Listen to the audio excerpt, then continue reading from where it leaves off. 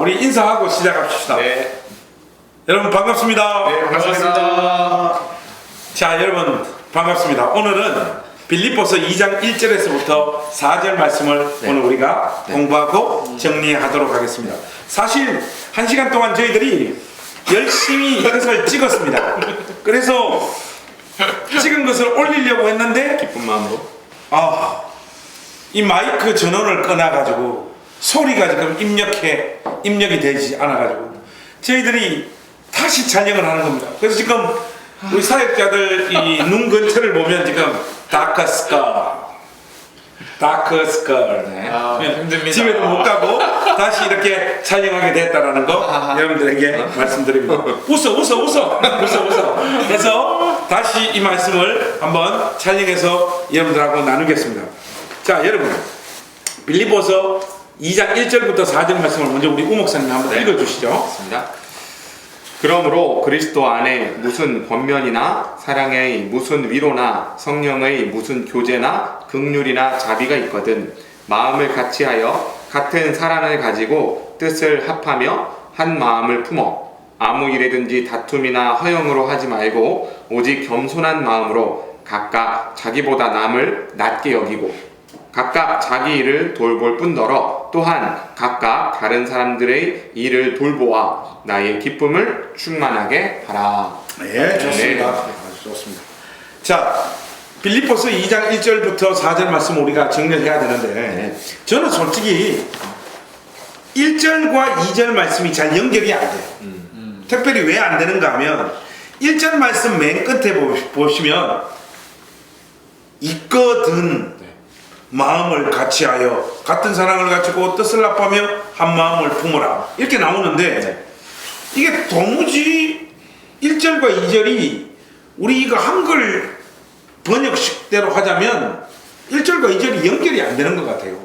어쨌든 이 말씀을 우리가 잘 이해하기 위해서는 먼저 1절에서부터 4절의 구조를 우리가 좀 정리해야 될 것 같습니다. 우리 박변현 전사님, 우리가 선명하게 이 말씀을 좀 이해할 수 있도록 1절부터 4절의 구조를 좀 설명을 해 주십시오. 네, 먼저 1절에서 4절은 한 문장으로 이루어져 있습니다. 자, 여러분 중요한 거는 1절부터 4절이 네 문장이 아니고 한 문장이라는 거. 헬라어 원문에는 한 문장이라는 거 여러분들 기억해 주시고요. 긴 문장이요? 굉장히 긴 문장이 수식구가 많은 거죠. 그렇게 좀 이해하기 좀 어려울 수가 있는데 먼저 이 구절은 세 부분으로 나눠진다고 할 수 있는데 1절 그리고 2절 그리고 3, 4절 이런 식으로 세 부분으로 묶입니다. 그래서 바울이 이렇게 말합니다. 처음에 그러므로라고 이렇게 말을 시작해요. 이 말은 뭐냐면 이어지는 거죠. 앞에 있는 1장의 맨 마지막 말씀과 연결되어진다는 거죠. 복음적인 삶을 살라, 합당한 삶을 살라라고 하고 바울은 이어서 구체적으로 얘기를 하는 거예요. 그 전에 게 이제 개인적으로 얘기했다면 너희들은 공동체 생활을 하고 있지 않느냐 빌립보 교인들 그러므로라는 뉘앙스를 가지고 오시면 됩니다. 그리고 어떻게 되냐면 만약에 네 가지 경우를 말하죠. 그리스도 안에 무슨 권면이 있거든 사랑이나 무슨 위로가 있거든 아니면 성령의 무슨 교제가 있거든 아니면 교제나 긍휼이나 자비가 있거든이라고 이렇게 얘기를 해요. 있거든 이런 네 가지 상황이 있거든 4절 마지막으로 가셔야 돼요 여러분. 그래서 마지막에 보시면 나의 기쁨이 충만하게 해주셨으면 좋겠습니다. 이런 상황에 내 기쁨이 충만하게 했으면 좋겠습니다. 뭐 어떻게 충만하느냐 2절에 나와요. 마음을 같이하고 같은 사랑을 가지고 뜻을 합하여 한 마음을 품어 이렇게 얘기를 하고 있는 것이죠. 그리고 3, 4절에는 구체적으로 어떻게 우리가 행동으로 실제적인 예가 있냐면 세 가지를 말하고 있어요. 다툼이나 허영으로 하지 말고 그리고 계속해서 3절에 겸손한 마음으로 남을 높게 여기고 그리고 4절 내 일뿐만 아니라 여러분의 일들도 돌보아 주십시오. 이렇게 구조가 끝나게 되겠습니다. 형그럼 솔직히 설명드린 건 뭔 말인지 알겠어? 제가 느껴지는 설명은 그냥 4절의 기쁨이 충만하게 하라를 2절 맨 앞에다 갖다 놓은 거 말고는 모르겠습니다. 그게 포인트야. 그게 포인트. 가만히 있어. 잘 잡았어. 우리 박변현 전사님이 설명을 열심히 해주셨는데 여러분 알다시피 제가 신학대학을 나왔잖아요. 이해가 잘 안 돼요. 공부를 못해서 그런지 설명을 실컷 들었는데 뭔 말인가 모르겠어 나는. 그러니까 목사님이 질문한 포인트에 대한 답을 안 하신 것 같은 느낌. 그러니까 내 말은 자 여기 보세요. 1절 한번 보세요. 그러므로 그리스도 안에 무슨 권면이나 사랑의 무슨 위로나 성령의 무슨 교제나 긍휼이나 자비가 있거든 마음을 같이하여 같은 사랑을 가지고 뜻을 합하며 한 마음을 품으라 이랬잖아요. 아니 성령의 무슨 교제나 긍휼이나 자비가 있는데 왜 마음을 같이 하냐고. 이미 이게 마음을 같이 하는 모습 아니냐는 거예요. 제 그러니까 말은. 목사님은 1절과 2절이 비슷한 내용인데 그렇지. 마치 1절이 원인이고 2절이 결과인 것처럼 그렇지. 이야기를 하는 이유가 뭐냐 어허. 이거를 물어보신 건데요.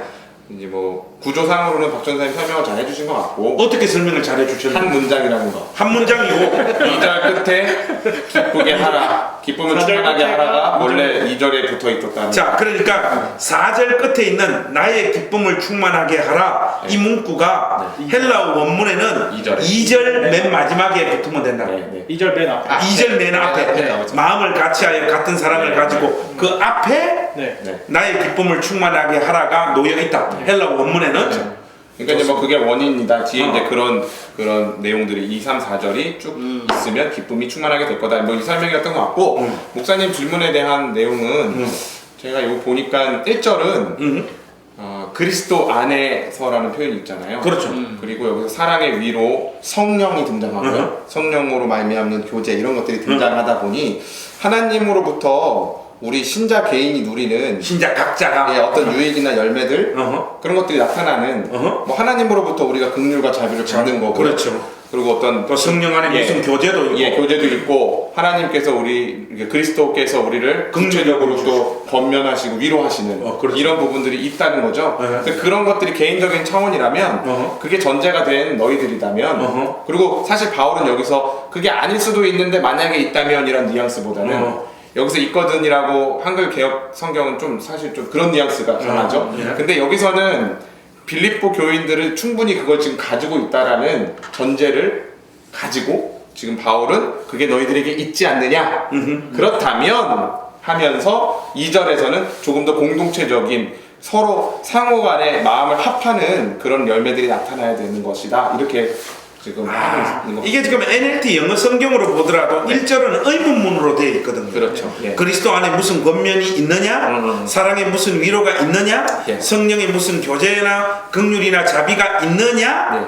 그런 다음에 2절 앞에 then 그렇다면 마음을 같이 해라 이렇게 되어 있거든요. 네.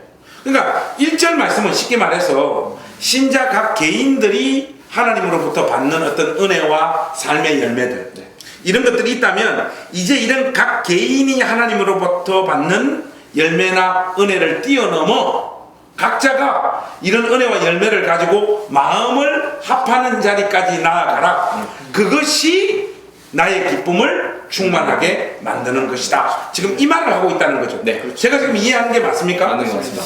확실히 우리 그 한글 개역 개정 성경은 1절 번역이 조금 애매하긴 해요. 예. 국어적으로 이렇게 읽으면 1절과 2절이 이어지지 않아요. 근데 저희들이 금방 설명드렸던 이 설명이 매끄러운 것 같습니다.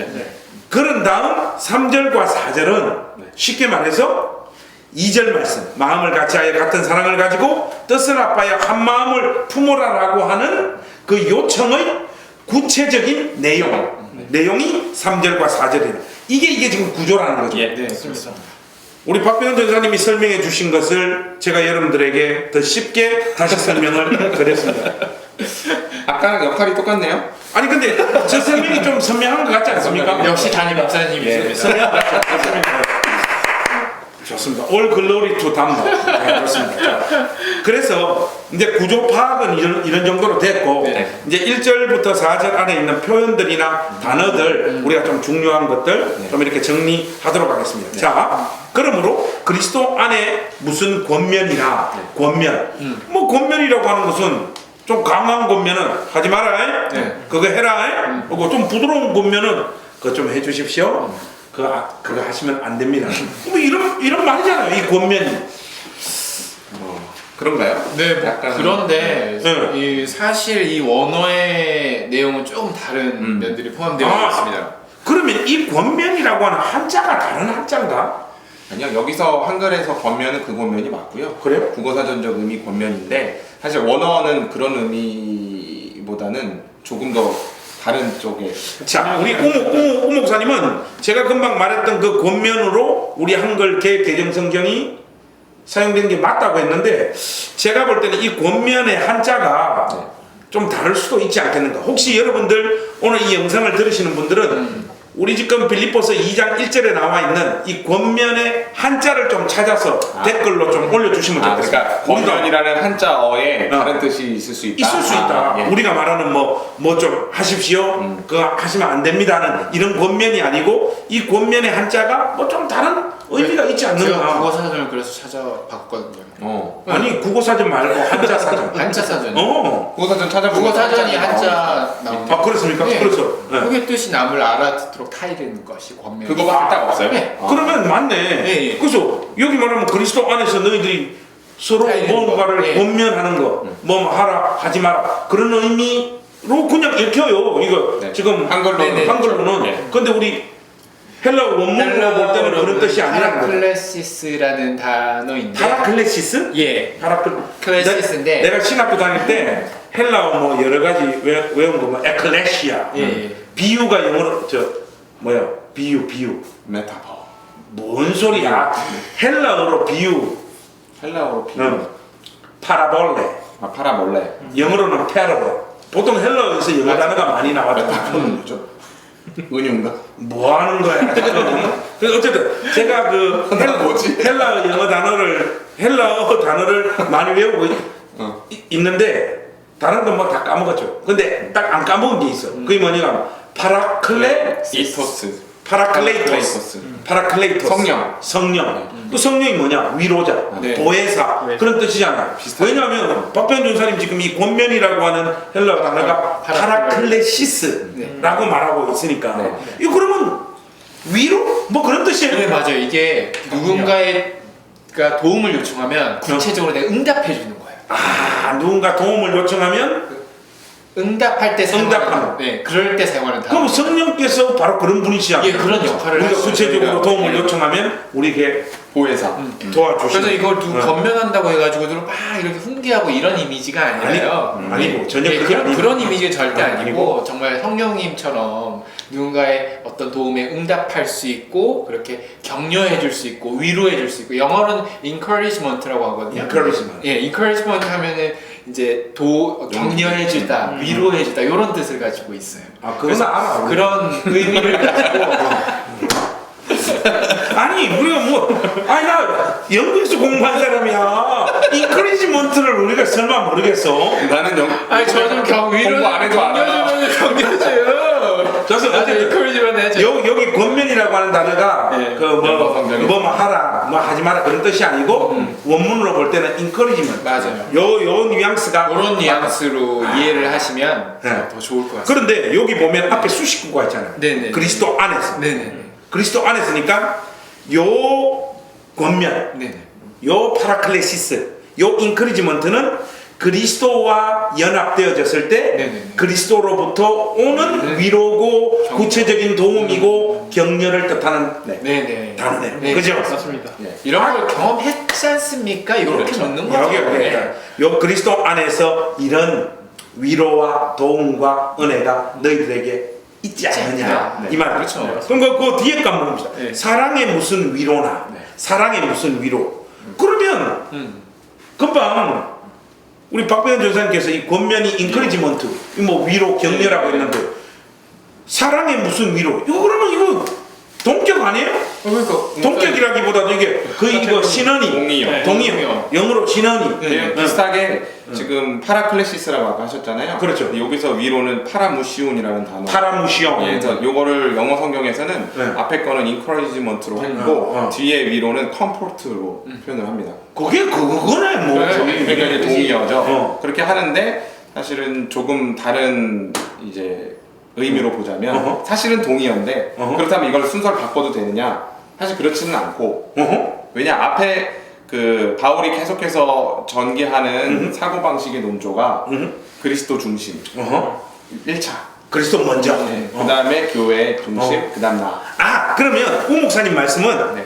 제가 금방 그리스도 안에 무슨 권면이나를 설명할 때 이거는 그리스도와 연합되어졌을 때 그리스도로부터 흘러나오는 구체적인 네네네. 도움과 위로와 실질적인 도움을 말하는 네. 파라클레시스라면 네. 여기서 사랑의 무슨 위로 네. 이 위로는 빌립보 교회 식구들끼리의 끼리. 사람과 사람, 하나님을 사랑하는 사람과 사람 사이에 서로 주고받는 그런 위로라는 말씀이에요? 그렇게 보는 이제 해석들이 있고요. 아, 네, 저도 그렇게 우리 생각합니다. 아까 보니까 오 목사님은 어쨌든 그리스도 안에 있는 무슨 권면은 그리스도로부터 오는 것. 네. 그리고 사랑의 무슨 위로는 그리스도 안에 있는 믿음의 형제들끼리 서로 주고받는 위로. 이런 걸로 생각한다는 거죠. 네. 왜냐면 아까 제가 본 NIV 선생님 적용 주석에도 거기에도 이제 사랑의 무슨 위로에 대해서는 그의라는 표현을 넣어놨다고 의도적으로 넣어놨다고 이야기를 하더라고요. 그래서 그 내용을 이제 그리스도랑 빌립보 교인보다는 바울과 빌립보 교인들 간의 사랑의 그쵸. 위로라는 의미를 담고 있다고. 아, 그거는 그렇지 않는 게 우리 지금 김영건 전사님이 NIV 적용 주석에서는 여기 지금 사랑의 무슨 위로를 His love, 네. 그의 사랑이라고 말한다고 했잖아요. 네. 여기서 그러면 히스는 대명사 소유격이잖아. 앞에 명사가 있어야지 히스가 가능하잖아. 네네. 그럼 이게는 그리스도로부터 오는 위로를 말하는 건데 NIV 적용 주석대로 하자면 네. 그잖아. 그렇게. 그죠? 지금 우 목사님은 그러니까 쉽게 말해서 두 번째 사랑의 무슨 위로는 네. 성도 상호간에 오는 어떤 위로. 네. 어떻게 보면 빌립보 교인들에게 얻는 바울 그렇죠. 자신이 얻는 위로고. 약간이라고. 우리 김영근 전사님이 NIV 적용 주석에서 확인한 바로는 His love라고 했으니까 앞에 그리스도를 받는 거예요. 네네. 이거는. 근데 적용 주석에서는 그 히스 러브를 그리스도를 받지 않는다고 표현을 하고 있더라고요. 그러면 앞에 히스가 앞에 명사를 안 받으면 이 히스가 단어를 쓸 뭐야? 수가 없는데. 그러니까 옛날 교인은 뭐야 이거?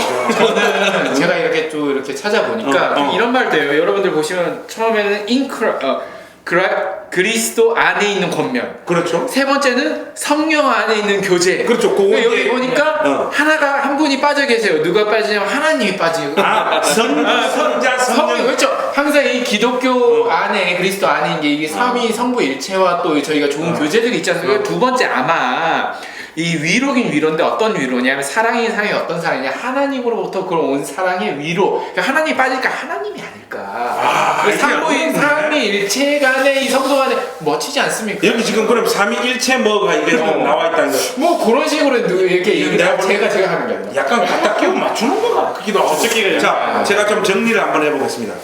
여기서 사랑의 무슨 위로나 했을 때 여기 위로는 comfort, 뭐 그냥 그 의미는 잘 알겠는데 이 위로가 어디로부터 오는 것이냐 여기에 대한 해석이 지금 분분합니다. 네, 맞습니다. 우리 우 목사님 같은 경우에는 성도 상호간에 사도 바울이 빌립보 교회 식구들로부터 받는 그 위로 아니면 또 자기들끼리의 위로도 될 수 있겠죠. 포괄적으로는. 그리고 NIV 적용 주석대로 하자면 앞에 히스를 받는다는 것은 그리스도로부터 오는 위로를 말해요. 그리고 우리 박병현 전사님은 삼위일체로 맨 앞에 그리스도 안에 있는 무슨 권면은 이는 그리스도로부터, 그리고 사랑의 무슨 위로는 성부 하나님으로부터 오는 위로고, 그 다음 성령의 무슨 교제. 이래야지 논리적 일관성으로 삼위일체 교리에도 부합하는 흐름이 되지 않느냐, 그렇게 지금 말하고 있거든요. 네. 도대체 뭐가 맞습니까? 다 가능한 것 같기도 합니다. 좀. 아, 이게 참 어렵네요. 참 어려워. 자, 여러분은 두 번째 나와 있는 문구인 사랑의 무슨 위로나, 이게 위로는 위로인데 이게 누구로부터 오는 위로인가를 여러분 의견으로 좀 댓글로 남겨주시면 좋겠습니다. 우리가 댓글도 한번 이렇게 보고 확인했으면 좋겠습니다. 저보고 입장을 좀 취하라고 한다면 저는 어렵네요. 또 아무것도 안 하십니까?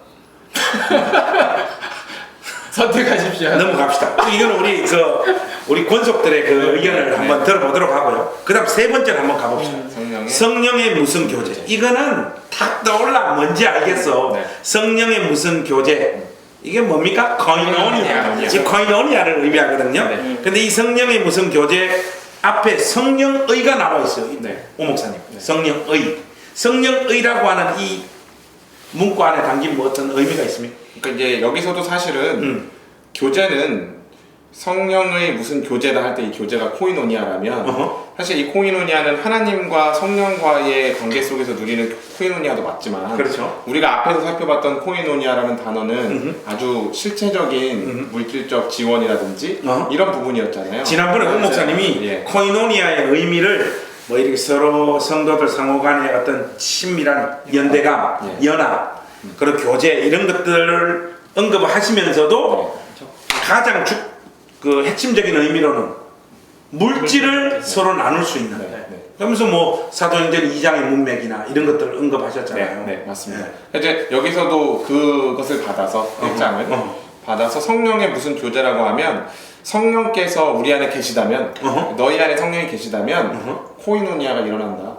그즉 성령이 있느냐 네 주머니가 열릴지어다.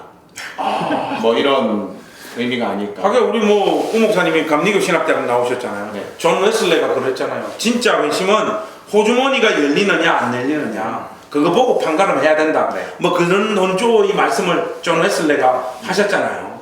사실 그래서 저는 이 부분 성령의 무슨 교제도 결국에는 성도 간의 교제를 염두에 두는 그리고 바울이 어떤 구체적인 빌립보 교인과의 애틋한 사랑의 교제를 염두에 두고 지금 쓴 것처럼 앞에서 사랑의 무슨 위로도 사실 그런 심상 속에서 썼다고 봤던 거죠, 사실. 어쨌든 뭐 호주머니가 열려야 된다라고 하는 것은 뭐 집 팔고 뭐 자기 재산 가지고 교회 갖다 바치라는 의미가 아니라 믿음 안에 있는 한 권속들을 진심으로 구체적으로 돕는 자리에 서는 것. 그것이 코이노니아를 이루는 핵심적인 어떤 액션이다. 네, 그렇죠. 그렇게 우리가 좀 이해하게 되는 거예요. 성령이 임하는 자에게 이 역사가 일어나는 사실 사도행전 2장에 보더라도 그죠. 성령이 임하니까 코이노니아의 양상이 그죠. 자기 것을 자기 것으로 여기지 아니하고 필요한 사람에게 이걸 쫙 나눠줘. 제가 요즘 돈이 좀 필요한데 세 사람에게 성령이 임하시기를 주의 이름으로 축복합니다. 아멘. 축복합니다. 아멘. 축복합니다. 아멘. 457 053 51 보시죠. 좋습니다. 그래서 자 이제 성령이 무슨 교제나가 좀 의미가 좀 되는 것 같고요. 그 다음은 긍휼이나 자비가 있거든 이렇게 말하죠. 여기서 긍휼과 자비의 의미도 오 목사님 좀 설명해 주십시오. 뭐 긍휼과 자비는 지난 시간에 긍휼 했었는데요. 그 스플랑크나라는 헬라어 단어. 스플랑크나. 예. 그래서 이 긍휼이 스플랑크나, 그다음에 자비가 오이크티르모이, 원형은 오이크티르모스라는 단어거든요. 어렵다. 예. 근데 이 두 단어가 꼬여 있어요. 장이 꼬여 있는 것처럼. 죄송해요. 아무튼 스플랑크나는 위나 우리 심장 뭐 이런 것을 그거네. 아까 우리 1장에서 살폈는데 1장 8절에 예수 그리스도의 심장. 그거하고 똑같은 단어네. 같은 단어입니다. 맞습니다. 그때 스플랑크나 목사님이 언급하셨던 거. 그 다음에 뒤에 오이크티모르모이는 내장이라는 뜻이거든요. 근데 이게 왜 이런 단어를 썼냐면 당시에 헬라 세계는 불쌍하게 여기는 마음, 동정심, 자비심 이런 게 그 위나 내장, 심장 이런 데서 나온다고 생각을 하거든요. 우리도 지금 그런 경향이 있잖아요. 근데 더 재밌는 게 있습니다. 뭔데? 바울이 지금 여기서 쓰는 이 자비, 오이크티르모이라는 단어를 사실은 어디서 심상을 가져오냐면 바울이 유대인이잖아요. 유대인. 그리고 구약에 전통하지 않습니까? 그렇죠. 히브리어 바삭했겠지. 구약에서 히브리어에서 가져온 거예요. 이 단어를 70인역에 보면 뭐로 돼 있냐면 레힘이라는 히브리어로 돼 있어요. 그 레힘이라고 하는 히브리어에서 지금 요 자비라고 하는 단어가 가져왔다 이거죠. 그 의미가. 그래서 시편이나 이런 데서 보면 레힘이라는 단어를 자비로 번역을 합니다. 실제로. 하는데. 근데 레힘의 히브리어 원래 뜻이 어원을 보니까 자궁이라는 뜻이에요. 아니 자궁하고 자비하고 뭔 상관이 있어? 상관이 많습니다. 뭔 상관이 있어? 제가 지금 아기 낳은 지가 우리 슬기 낳은 지가 얼마 안 됐잖아요.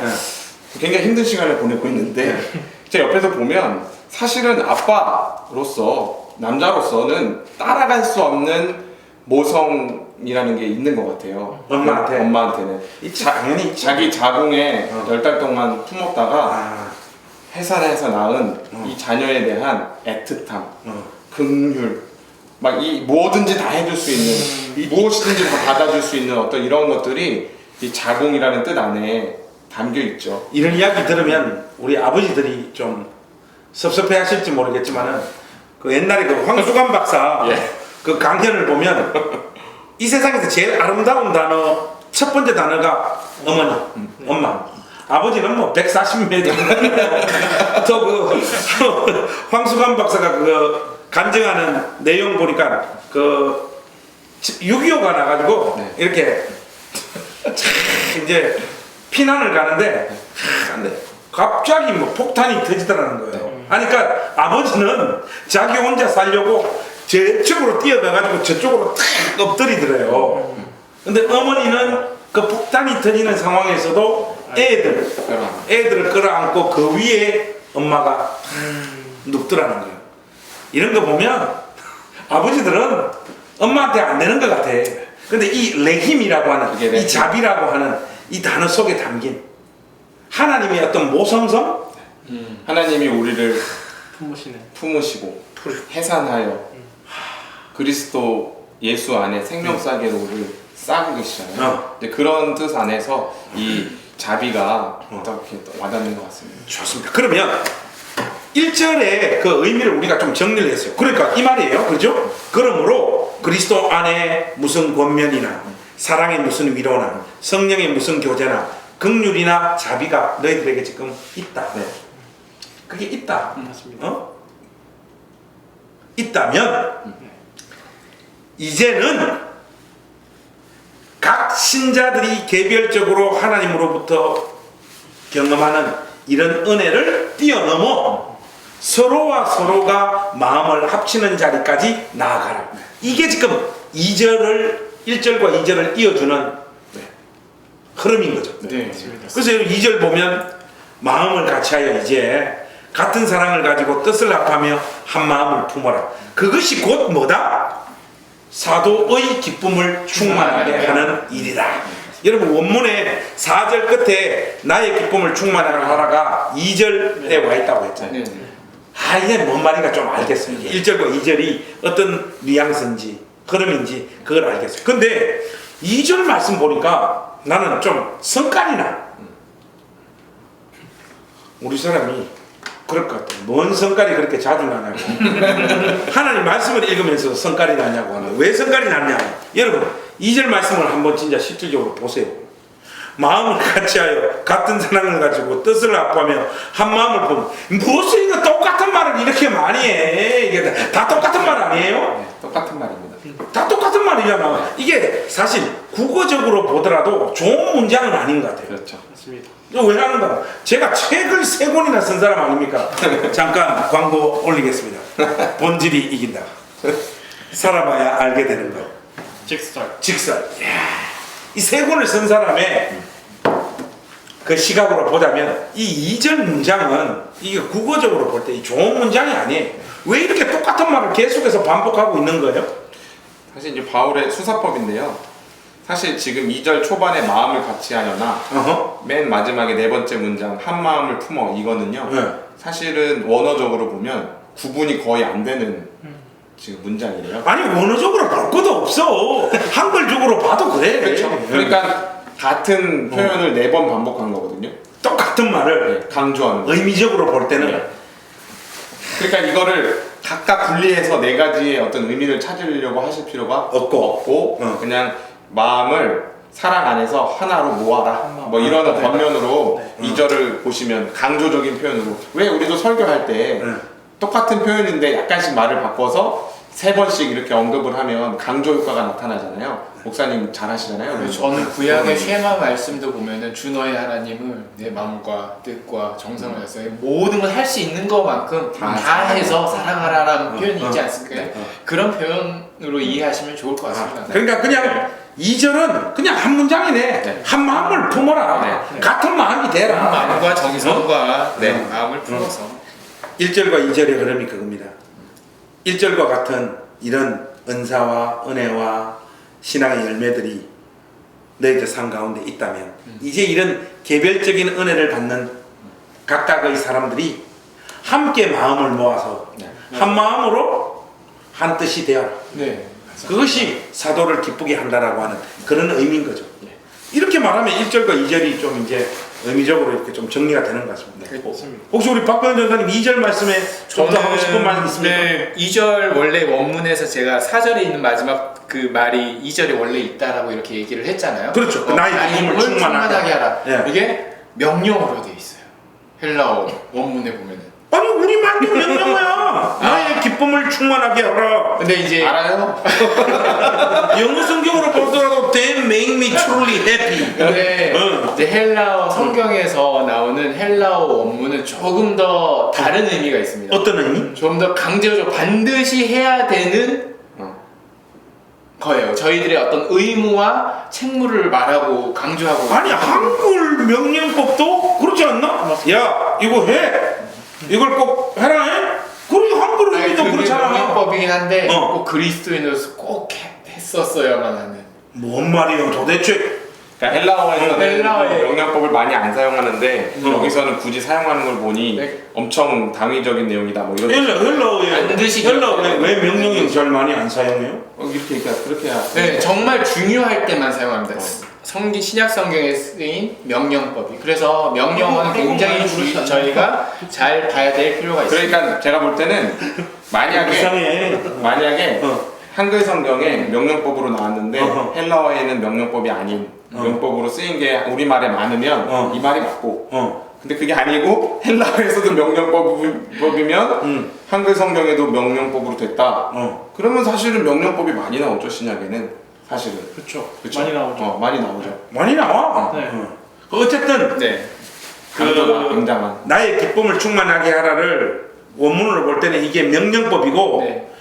헬라어에서 말하는 명령법은 반드시 그거는 해야 된다. 바울도 그런 문맥에 사용합니다.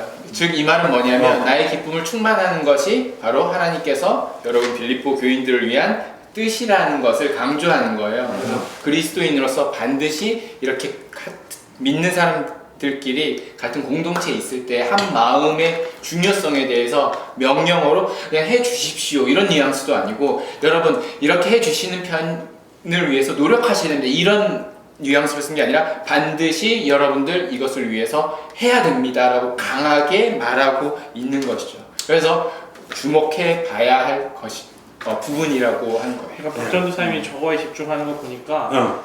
평상시에 한국말로의 명령은 어. 안 지켜도 된다는 생각을 기본적으로 가지고 있는 것 같아요. 야, 그래서 담임 목사님이 뭘 시키면 헬라어. 아, 이거는 해도 되고 안 해도 되고 약간 이렇게 생각하는 거예요. 그럼 앞으로 내 헬라어로 해야 돼. 만드셔도 헬라어로. 저는 여기서 그 이제 되게 사실 바울이 자기 기쁨을 충만하게 하라는 것을 명령했다기보다는 그 당위가 일어나는 내용을 1, 2절에서 지금 설명하고 있는 것 같아요. 좀 더 설명을 드리면 아까 그리스도 안에서라고 했을 때 목사님이 그리스도와 연합하는 것을 표현하셨잖아요. 그러니까 우리가 예수와 연합한 존재는 반드시 다른 지체들과 연합하게 된다. 그것이 나타난다는 거죠, 결과론적으로. 그것을 뭐 명령으로 해서 듣는다기보다는 그것이 분명하게 그리스도와 연합한 자에게 나타나는 꼴찌 같은. 결과요 열매라는 것을 강조하기 위해서 명령법을 쓰지 않았나? 뭐 이 정도로 한번 생각하게 됩니다. 예, 좋습니다. 네. 어쨌든 네. 두 분의 설명이 신선하지는 않아요. 왜냐하면 우리나라 말로도 명령법이야. 좋습니다. 우리 1절과 2절은 한 이 정도에서 정리를 할까요? 네. 그러니까 다음 영상에서는 우리가 2절 말씀의 구체적인 내용이라고 할 수 있는 3절과 4절을 좀 우리가 찍어서 여러분들에게 올려드리겠습니다. 화장실을 빨리 좀. 자, 우리 갔다. 잠깐 5분 쉬고 네. 우리 다음 영상 또 촬영하겠습니다. 촬영 조금 이따가 뵙겠습니다. 오늘 만나요.